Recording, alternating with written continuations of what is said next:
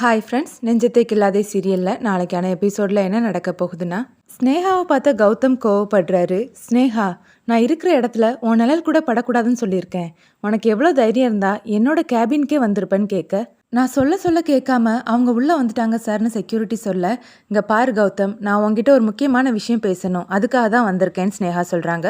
உங்ககிட்ட பேசுறதுக்கு எனக்கு எதுவும் இல்லை, மரியாதையாக இங்கேருந்து வெளியில் போயிருன்னு கௌதம் கத்துறாரு. இவங்க ரெண்டு பேருக்கும் இடையில என்ன இருக்குதுன்னு சொல்லி அபர்ணாவும் சந்தோஷம் ஒருத்தருக்கு ஒருத்தர் பார்க்குறாங்க.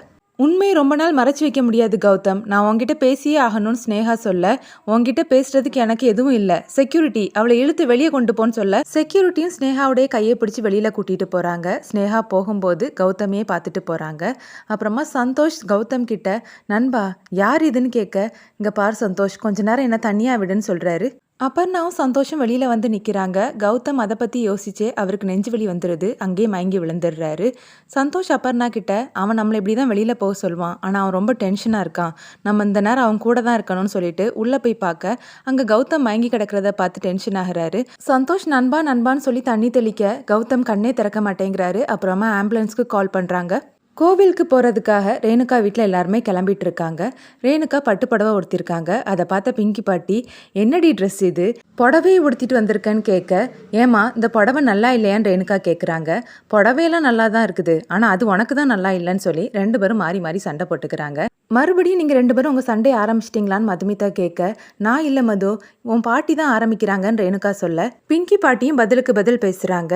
நீ மட்டும் என்னம்மா வயசுக்கு தக்கனையாக ட்ரெஸ் போட்டிருக்கேன்னு ரேணுகா கேட்குறாங்க. இதுக்கு என்னடி குறைச்சல்னு பிங்கி பாட்டி சொல்ல, போதும் போதும், நீங்கள் ரெண்டு பேரும் கோவிலுக்கு கிளம்பிட்டீங்களான்னு மதுமிதா கேட்குறாங்க.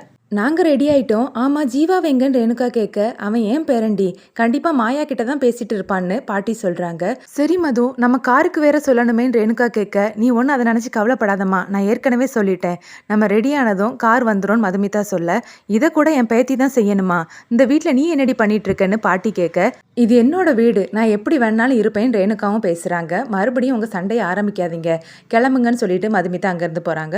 ஜீவா மாயாவுக்கு கால் பண்ணுறாரு. என்ன மாயா, ரெடி ஆயிட்டியான்னு கேட்க, இப்போ தான் மேக்கப் ஆர்டிஸ்ட் வந்திருக்காங்க, மேக்கப் நடந்துட்டு இருக்குது, நீயே என்னை பார்த்து அசந்து போக போறேன்னு மாயா சொல்கிறாங்க.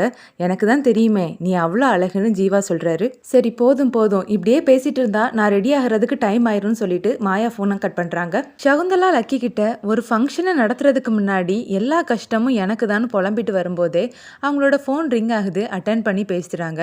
மேடம், கௌதம் சார் ஆஃபீஸில் மயங்கி விழுந்துட்டாருன்னு அங்கே இருக்கக்கூடிய மேனேஜர் கால் பண்ணுறாரு. என்ன சொல்கிறீங்க, கௌதம் மயங்கி விழுந்துட்டானான்னு சகுந்தலா கேட்க, ஆமாம் மேடம், சந்தோஷ் சார் தான் அவரை ஹாஸ்பிட்டலில் அட்மிட் பண்ணியிருக்காரு, உங்ககிட்ட இன்ஃபார்ம் பண்ண சொன்னார்னு அவர் சொல்ல, சரின்னு சொல்லிட்டு சகுந்தலா ஃபோனை வைக்கிறாங்க.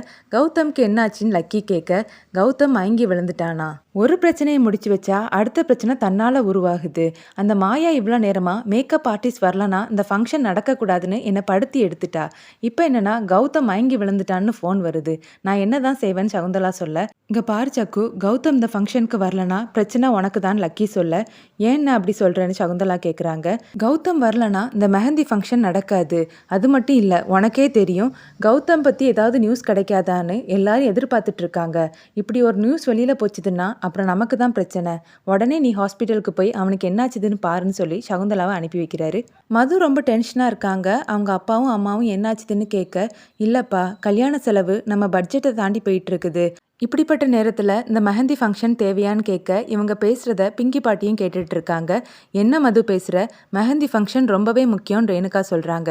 ஆமாம்மா, இந்த காலத்தில் எப்படி எப்படியோ கல்யாணம் பண்ணுறாங்க, நம்ம இதை கூட பண்ணலன்னா எப்படி, அப்புறம் மாப்பிள்ளை வீட்டில் என்ன நினைப்பாங்க, பெரிய இடத்து மாப்பிள்ளை, ஆனாலும் நம்ம சொன்னதுக்கு சம்மதிச்சிருக்காரு, அதனால இதுக்கெல்லாம் நம்ம கணக்கெல்லாம் பார்க்கக்கூடாதுமா, பணம் பத்தலைன்னா நம்ம கடன் வாங்கிக்கலான்னு ராமகிருஷ்ணன் சொல்கிறாங்க.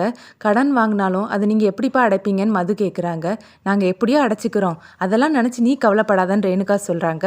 ஊரில் உள்ள பொண்ணுங்கள்லாம் எனக்கு அது வேணும் இது வேணும்னு கேட்கும்போது இவன் மெஹந்தி ஃபங்க்ஷனை வேண்டான்னு சொல்கிறா, என்னடி பொண்ணு வளர்த்து வச்சிருக்கேன்னு பிங்கி பாட்டி கேட்க, நான் பொண்ணை நல்லா தான் வளர்த்து வச்சிருக்கிறேன், ஆனால் உன் குணம் தான் அவளுக்கு அப்படியே வந்திருக்குன்னு ரேணுகா சொல்ல, மறுபடியும் உங்கள் சண்டையை ஆரம்பிக்காதீங்க, இப்படியே நீங்கள் அங்கே வந்து சண்டை போட்டுட்டு இருந்தீங்கன்னா நான் அங்கேருந்து ஓடி வந்துடுவேன்னு மதுமிதா சொல்கிறாங்க. தயவு செஞ்சு ஓடி வந்துடாத மது, அப்புறம் ஒன்றை பிடிக்கிறதுக்காக கௌதம் பின்னாடியே ஓடி வருவார். பாவம், அவர் வேற குண்டா இருக்கிறதுனால அவருக்கு மூச்சு வாங்கி கீழே விழுந்துருவாரு. அப்புறம் நீ தான் போய் அவரை தூக்கணும், ஆனால் உன்னால் அவரை தூக்க கூட முடியாதுன்னு சொல்லி பிங்கி பாட்டி மதுமிதாவை கிண்டல் பண்ண எல்லாரும் சிரிக்கிறாங்க. அடுத்த சீனில் ஹாஸ்பிட்டலில் காட்டுறாங்க. சந்தோஷ் ரொம்ப டென்ஷனாக இருக்காரு. இப்போ எதுக்காக நீ இவ்வளோ டென்ஷனாக இருக்க? அவன் நல்லா தானே இருக்கான்னு அபர்ணா சொல்ல, அவனோட பிபி ரைஸ் ஆயிருக்குது, இதனால ஹார்ட் அட்டாக் எதுவும் வரதுக்கும் சான்ஸ் இருக்குதுன்னு சொல்லி சந்தோஷ் வருத்தப்படுறாரு. எதுக்கு இப்படியெல்லாம் யோசிக்கிற? அவனுக்கு பிபி தானே ஏறி இருக்குது, அது சரியாயிரும்னு அபர்ணா சமாதானப்படுத்திட்டு இருக்கும்போதே சகுந்தலா அங்கே வர்றாங்க. என்னாச்சுதுன்னு சகுந்தலா கேட்க, அவனோட பிபி ரைஸ் ஆகி அவன் மயங்கி விழுந்துட்டான்னு சந்தோஷ் சொல்கிறாங்க. பிபி ரைஸ் ஆகிறதுக்கு என்ன ரீசன்னு சகுந்தலா கேட்கும்போது ஸ்னேகா வந்த விஷயத்த சொல்கிறாங்க. ஸ்னேகாவான்னு கேட்டு ஷாக்காகி நிற்கிறாங்க சகுந்தலா. உங்களுக்கு அந்த ஸ்னேகாவை தெரியுமா ஆன்ட்டின்னு அபர்ணா கேட்க, அதை பற்றி இப்போ எதுக்கு பேசணும், அப்புறமா பேசிக்கலாம், இப்போ நம்ம கௌதமை பார்ப்போம்னு சொல்லிட்டு கௌதமை பார்க்குறதுக்காக உள்ளே போகிறாங்க. எப்படிப்பா இருக்க கௌதம்னு கேட்க, நான் நல்லாதாம்மா இருக்கேன், எனக்கு ஒன்றும் இல்லைன்னு கௌதம் சொல்கிறாரு. அப்புறமா அங்கே டாக்டர் வந்து அவரை செக் பண்ணி பார்த்துட்டு, பயப்படுறதுக்கு ஒன்றும் இல்லை, அவருக்கு பிபி தான் ரேஸ் ஆயிருக்குது, இன்னைக்கு ஒரு நாள் அவர் அப்சர்வேஷனில் இருக்கட்டும்னு சொல்ல, டாக்டர் என் பையனுக்கு கல்யாணம் ஃபிக்ஸ் பண்ணியிருக்கோம், இன்னைக்கு அவனுக்கு மெஹந்தி ஃபங்க்ஷன் சவுந்தலா சொல்கிறாங்க. ஆமாம் டாக்டர், இன்னைக்கு என் தங்கச்சிக்கு மெஹந்தி ஃபங்க்ஷன், அதனால நான் போய் ஆகணும்னு கௌதம் சொல்ல, இல்லை சார், நீங்கள் இப்போ போனால் உங்களுக்கு அது பெரிய ரிஸ்க்கு, நீங்கள் எங்கள் அப்சர்வேஷனில் தான் இருக்கணும், கல்யாணத்தை வேணா நீங்கள் மாற்றி வைங்கன்னு டாக்டர் சொல்லிட்டு போகிறாரு. அந்த மாயா வேற வயிற்றுல குழந்தைய சுமந்துட்டு இருக்கா.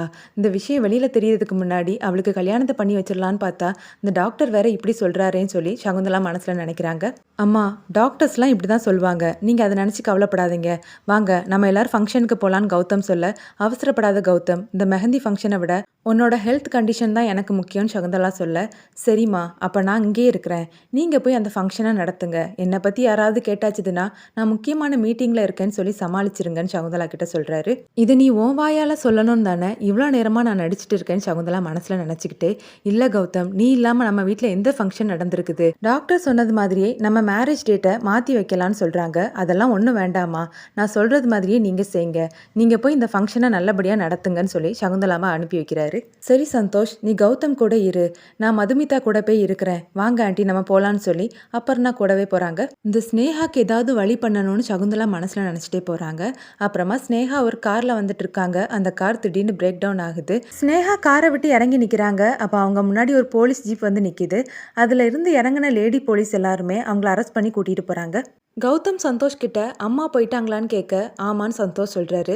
சரி, அம்மா முன்னாடி சொல்லியிருந்தா அவங்க சம்மதிச்சிருக்க மாட்டாங்க, வா நம்ம கிளம்பி போகலாம் ஃபங்க்ஷனுக்குன்னு சொல்லி கூப்பிடுறாரு. விளையாடுறியா நண்பா, பேசாமல் இருன்னு சந்தோஷ் சொல்ல, எனக்கு ஒன்றும் இல்லடான்னு கௌதம் சொல்கிறாரு.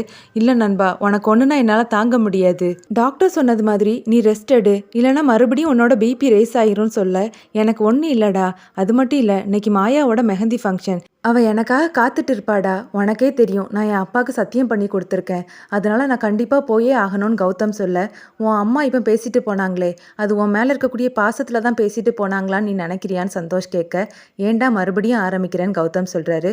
சரி, நம்ம அதெல்லாம் பற்றி பேச வேண்டாம், அப்புறம் நீயும் டென்ஷன் ஆவேன், நானும் டென்ஷன் ஆவேன், நீ பேசாமல் ரெஸ்ட் எடுன்னு சந்தோஷ் சொல்கிறாரு. இன்றைக்கி அவங்க பொண்ணோட ஃபங்க்ஷன்டா, அதை தாண்டி அவங்க என்ன பார்க்க வந்திருக்காங்கன்னா அவங்களுக்கு என் மேலே பாசம் இல்லைன்னு சொல்கிறியான்னு கௌதம் கேட்க, இங்கே பார் நண்பா, அந்த வீட்டிலையே உன் மேலே உண்மையாக பாசம் வச்சிருக்கிறது மதுமிதா தான் சந்தோஷ் சொல்கிறாரு.